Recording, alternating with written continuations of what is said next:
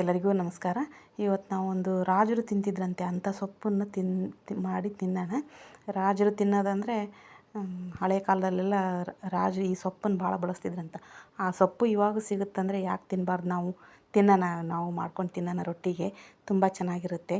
ನೀವು ಯಾರು first time ನೋಡ್ತಾ ಇದ್ದೀರೋ ಎಲ್ಲ ಸಬ್ಸ್ಕ್ರೈಬ್ ಮಾಡ್ಕೊಂಡು ನೋಡಿ, ಲೈಕ್ ಕೊಡಿ, ಶೇರ್ ಮಾಡಿ, ಕಮೆಂಟ್ ಮಾಡಿ. ಈ ಉತ್ತರ ಕರ್ನಾಟಕದ ಅಡುಗೆ ಯಾವುದಾದ್ರೂ ಬೇಕಂದರೆ ಕಮೆಂಟ್ ಮಾಡಿ, ನಾನು ಮಾಡಿ ಹಾಕ್ತೀನಿ ನೋಡಿ. ಒಂದು ಸೊಪ್ಪನ್ನು ನೀಟಾಗಿ ಸಣ್ಣಗೆ ಕಟ್ ಮಾಡ್ಕೋಬೇಕು. ಯಾಕಂದರೆ ದೊಡ್ಡ ಎಲೆ ಇರುತ್ತೆ, ಕಿರಿಕ್ಸಲಿ ಥರ ಚಿಕ್ಕದಾಗಿರೋದಿಲ್ಲ ಇದು ಎಲೆ, ದೊಡ್ಡದಾಗಿರುತ್ತೆ. ಅದಕ್ಕೆ ಒಂದು ಸಣ್ಣಗೆ ಕಟ್ ಮಾಡ್ಕೋಬೇಕು. ಅದು ಹಿಂದೆ ಕಡ್ಡಿ ಇರುತ್ತಲ್ಲ, ಆ ಕಡ್ಡಿನೂ ಅದನ್ನ ಮೇಲಿನ ನಾರೆಲ್ಲ ತೆಗೆದು ಅದನ್ನು ನೀಟಾಗಿ ಬಿಡಿಸಿ ಹಾಕ್ಕೋಬೇಕು. ಯಾವುದು ಕಡ್ಡಿ ವೇಸ್ಟ್ ಮಾಡೋದು ಬೇಡ, ಎಲ್ಲನೂ ಇದನ್ನು ಇದಕ್ಕೇನು ಭಾಳ ಸಾಮಾನುಗಳು ಬೇಕಾಗಿಲ್ಲ. ಈರುಳ್ಳಿ, ಮೆಣಸಿನ್ಕಾಯಿ, ಟೊಮಾಟೊ, ಸ್ವಲ್ಪ ಗುರಾಪುಡಿ, ಸೊಪ್ಪು, ಉಪ್ಪು ಇದ್ಬಿಟ್ರೆ ಆಗೋಯ್ತು. ಇನ್ನೇನು ಬೇಕಾಗಿಲ್ಲ. ಒಂದು ಸ್ವಲ್ಪ ಎಣ್ಣೆ, 1-2 ಚಮಚದಷ್ಟು ಎಣ್ಣೆ ಆದರೆ ಸಾಕು.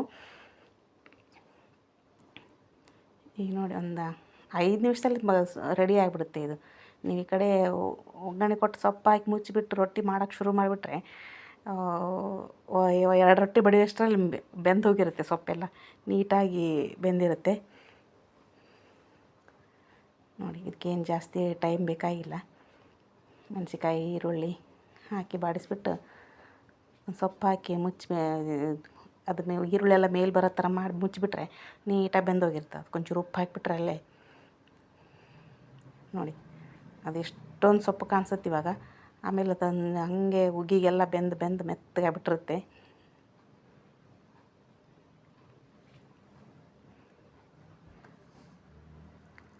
ಇದಕ್ಕೆ ಬೇಕಾಗಿರೋಂಥ ಸಾಮಾನುಗಳನ್ನೆಲ್ಲ ಇಂಗ್ರೀಡಿಯೆಂಟ್ಸ್ ಎಲ್ಲ ನಾನು ಇದರಲ್ಲಿ ಹಾಕಿರ್ತೀನಿ, ಡಿಸ್ಕ್ರಿಪ್ಷನ್ ಬಾಕ್ಸಲ್ಲಿ ಹಾಕಿರ್ತೀನಿ. ಏನು ಜಾಸ್ತಿ ಏನಿಲ್ಲ, ಸಾಮಾನಿಲ್ಲ, ನೋಡಿದ್ರೆ ಗೊತ್ತಾಗ್ಬಿಡುತ್ತೆ ನಿಮ್ಗೆ. ಆದರೂ ನಾನು ಹಾಕಿರ್ತೀನಿ, ನೋಡ್ಕೊಳ್ಳಿ.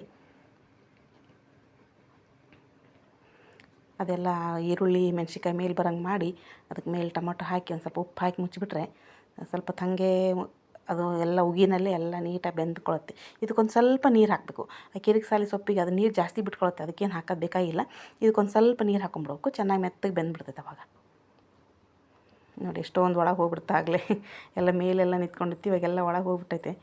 ಇದು ಸ್ವಲ್ಪ ಎಲೆ ದೊಡ್ಡದಿರೋದ್ರಿಂದ, ಕಡ್ಡಿ ಎಲ್ಲ ಮುರಿದು ಹಾಕೋದ್ರಿಂದ ಸ್ವಲ್ಪ ಸೊಪ್ಪು ಬಿಡಿ ಆಗುತ್ತೆ. ಅದಕ್ಕೆ ಇದಕ್ಕೊಂದು ಸ್ವಲ್ಪ ಗುರಾಪುಡಿ ಹಾಕೋಣ, ಚೆನ್ನಾಗಿರುತ್ತೆ. ಗುರಾಪುಡಿ, ಹುಚ್ಚರ ಪುಡಿ, ನೀವೇನು ಅಂತೀರೋ ಅದು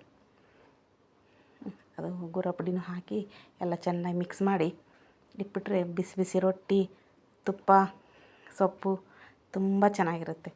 ಅಮೃತ ಇದ್ದಂಗೆ ಇರುತ್ತೆ. ಆರೋಗ್ಯಕ್ಕೂ ತುಂಬ ಒಳ್ಳೆಯದು. ದಂಟಿನ ಸೊಪ್ಪು ಅಂತಾರೆ ಈ ಕಡೆ ಎಲ್ಲ. ದಂಟಿನ ಸೊಪ್ಪು ಯಾವುದೇ ಮಲಬದ್ಧತೆ ತೊಂದರೆ ಇದ್ದರೂ ಎಲ್ಲ ನಿವಾರಣೆ ಆಗುತ್ತೆ ಇದಕ್ಕೆ. ನೋಡಿ, ರೆಡಿ ಆಯಿತು. ರೊಟ್ಟಿನೂ ರೆಡಿ, ಸೊಪ್ಪು ರೆಡಿ. ನೋಡಿದ್ದಕ್ಕೆ ಧನ್ಯವಾದಗಳು. Thank you.